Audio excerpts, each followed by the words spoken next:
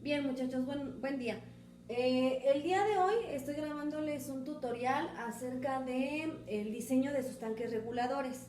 Ajá. Siguiendo con la línea de trabajo que habíamos planteado al principio del semestre, en donde veíamos como primer punto la parte de la obra de captación y la selección de la fuente de abastecimiento de todo el proyecto de su sistema de abastecimiento de agua potable, seguido de el diseño de la línea de conducción, que realmente ya fue un trabajo que lo hicimos mucho más sencillo de lo que yo les había planteado al principio. Ajá. Nos quedamos nada más con el trazo de la línea más óptima y el dimensionamiento del diámetro, ajá, con el que iba a estar trabajando ese tubo. Ahora, hasta ahí yo les dije que iba a llegar la parte del diseño de su línea de conducción.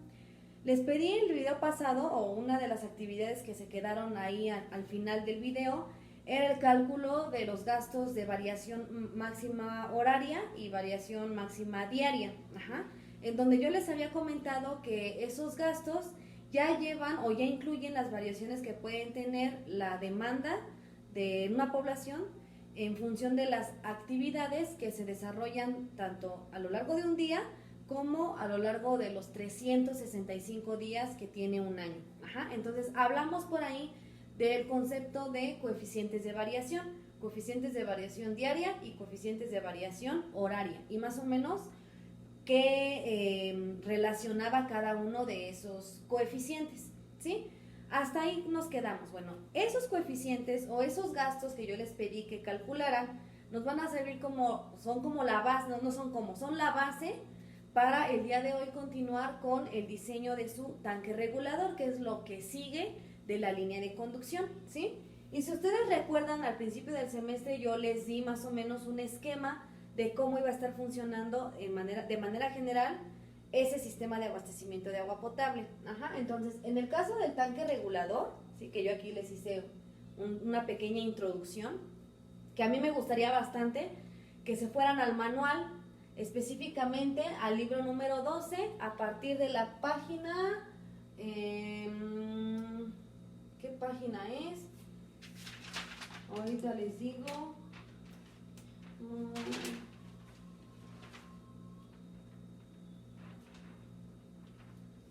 No me acuerdo. Creo que es de la... Ay, permítanme, déjenme de una vez lo checo. Ah, no, no puedo checarlo ahorita. Bueno, en el manual, en el libro número 12, ajá, viene un subtema que se llama tanques, ¿sí? Y ahí viene lo que es la descripción de cada uno de los tanques, así como, aquí está, la página número 52 de su manual, ajá, y también habla de la clasificación de esos tanques. Yo ahorita les voy a dar a manera de resumen y como una pequeña explicación del tema. Ajá, pero sí me gustaría mucho que ustedes fueran al manual, repito, libro número 12, página 52, ajá, 51, 52. A partir de esa página empieza el tema y sí me gustaría que le dieran una leída, ¿no? Bueno, en términos generales, ese tanque de regulación o de regularización, que también mucha gente, muchos diseñadores así lo llaman, es la parte o es la obra de infraestructura que va a ayudar a manejar precisamente esas variaciones de consumo o de gasto que se pueden presentar, repito, ya sea en un día, o sea, ajá, durante las 24 horas de un día, o bien los 365 días del año. Ajá. Esas variaciones de consumo y de gasto y de demanda pues tienen que ser reguladas por algo. ¿Por qué así? Si nosotros estuviéramos abasteciendo el agua tal cual como se suministra de la fuente de abastecimiento, ustedes saben que una fuente de abastecimiento tiene también variaciones. Si por ejemplo tenemos una fuente de abastecimiento de tipo superficial, que puede ser un río, que puede ser un lago, que puede ser una presa, tienen variaciones de gasto. ¿Por qué? Porque están sujetas a todos los procesos hidrológicos, ajá, que intervienen pues, en su comportamiento, ajá, como las temporadas de lluvia, las temporadas de estiaje, condiciones de humedad, o sea, un montón de cosas, ¿sí? Entonces, no nos podemos atener o no podemos asegurar que los 365 días, las 24 horas del día, va a estar escurriendo el mismo volumen de agua por ese escurrimiento, ¿no? O va a estar constante ese volumen de almacenamiento en esa laguna, en ese lago, o sea, no se puede asegurar eso. Probablemente en una fuente de abastecimiento de tipo subterránea, como pueden ser, o bueno, más bien como son los acuíferos, ese gasto sí se tenga un poquito más constante. Ajá. ¿Por qué? Porque pues en los procesos de infiltración, al ser más lentos y al estar formando esos acuíferos, ese volumen de agua se mantiene, o bueno, no sufre como tantos cambios, o no está sujeto a tantos cambios, ¿sí?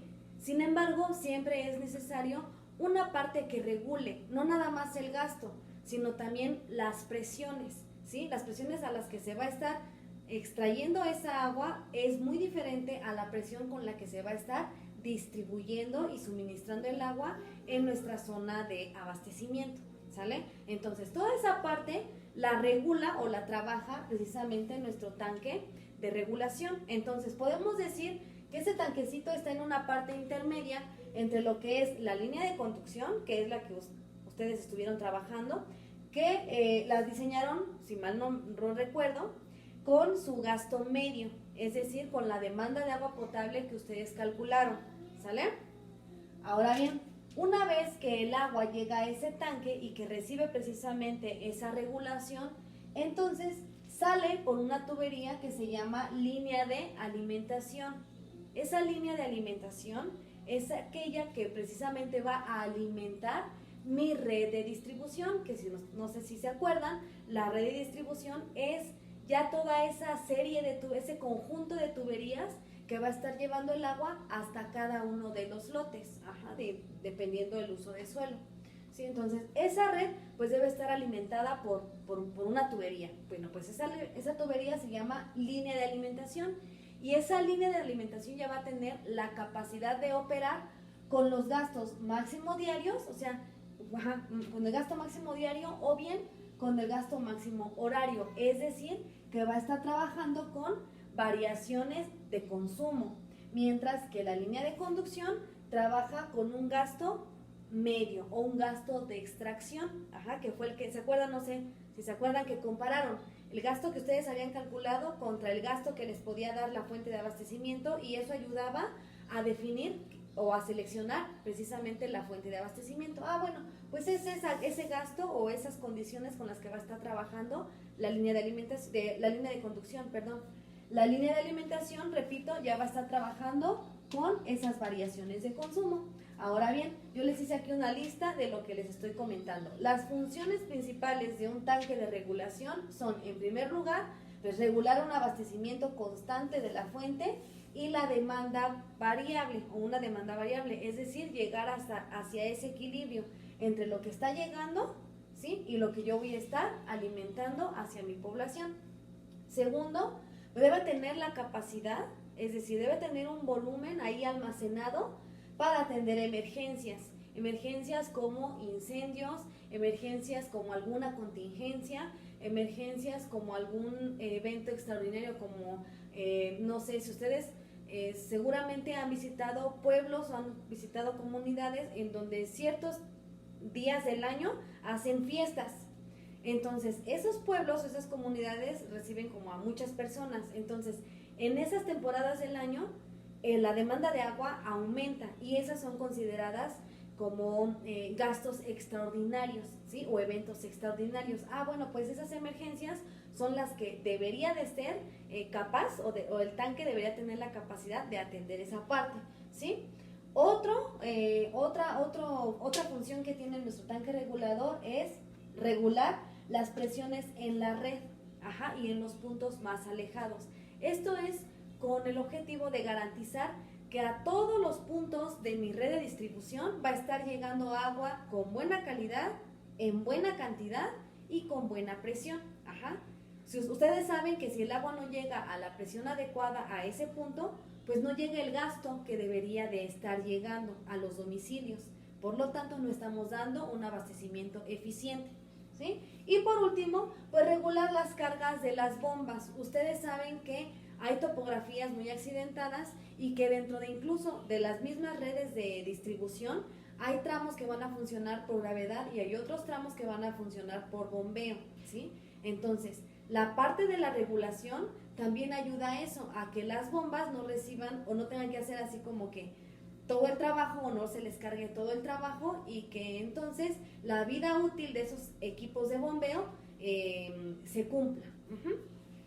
Bien, entonces les repito, quiero que por favor revisen bien de manera detallada este tema de tanques reguladores y en específico, repito, en la página número 52 del libro número 12 de su manual viene la clasificación de los tanques reguladores, ¿sí? Van a encontrar que de manera general los tanques de regulación se clasifican en 4 o hay 4 tipos de tanques. El primero de ellos son los enterrados, los semienterrados, los superficiales y por último los, ya le volví a poner ahí enterrados, son los elevados. Elevados. Olviden esto, ustedes lo van a leer en su manual. ¿Sí? Entonces, bueno, ustedes van a ver que se van a estar diseñando tanques con estas características dependiendo de muchas cosas.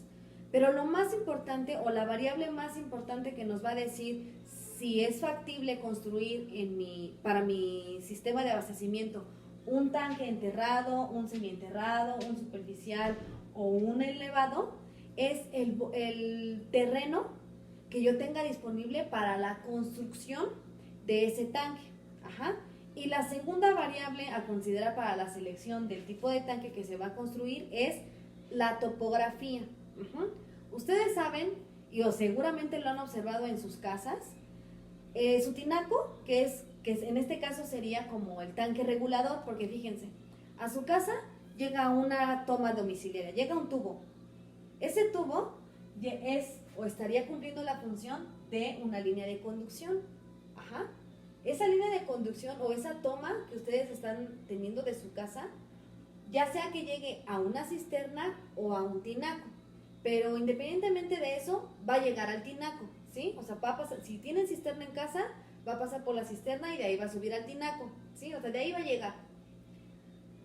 Ahora bien, ese tinaco va a cumplir con la función de mi tanque regulador, porque cada que ustedes abran la llave, pueden abrir 1, 2, 3, 4, 5, N llaves de sus casas, ese tinaco debe tener la capacidad para cumplir la demanda de todas esas llaves, y ese tinaco debe estar situado en un punto y a una altura en la que garanticemos que va a llegar con la presión adecuada a cada una de esas llaves, ya sea regadera, ya sea un lavabo, un lavadero, etcétera, etcétera. Pues hagan de cuenta que eso pequeñito que pasa en sus casas es así, en grande, en los sistemas de abastecimiento de agua potable, y las funciones del tanque regulador. Entonces, yo ahí ya les dije, con esto que acabo de decir, ya les dije como varias características que hay que tomar en cuenta para la selección del sitio en donde se va a construir el tanque. Primero, que haya un terreno disponible para la construcción del mismo. Y segundo, la topografía.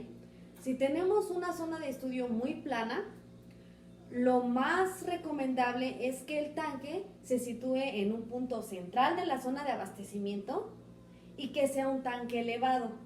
Esa elevación que tenga ese tanque va a hacer que la irrigación o la distribución del agua sea muy uniforme a toda lo que es el área de abastecimiento. Si mi área de abastecimiento tiene una topografía tal que me permita seleccionar un punto más alto y de ahí construir un tanque que sea como una cisterna, o sea, un tanque enterrado, y que de ahí puedo empezar a distribuir así por gravedad del agua, pues también, pero no nada más es eso, repito, es considerar, mi hija, hola, es considerar que se tenga el terreno suficiente para construirlo. En aquellos lugares en donde no hay mucho terreno, se recomienda que sea enterrado. ¿Por qué? Pues porque no va a ocupar área, ¿sí? Se puede hacer enterrado el tanque y arriba de eso se pueden construir alguna cancha, se puede construir algún teatro, algún deportivo, alguna cosa. Los semienterrados son aquellos en los que se tiene un espacio disponible, pero no tanto. y entonces una cierta parte se hace por fuera, en el terreno disponible, pero por abajo está como más grande, y entonces se ve literalmente como una cisterna que tiene una tapa, y que nosotros a simple vista podríamos pensar que el tamaño del tanque nada más es la tapa, y no, el tanque está por abajo, ¿sí? Y los superficiales, pues son aquellos que se construyen sobre el nivel del terreno, ajá, y son aquellos en los que hay suficiente terreno para hacerlo, y hay la topografía para poderlos construir de esa forma, ¿sí? Ustedes en su proyecto van a definir qué tipo de tanque van a poner, ajá, y en función de eso estará la metodología para diseñar.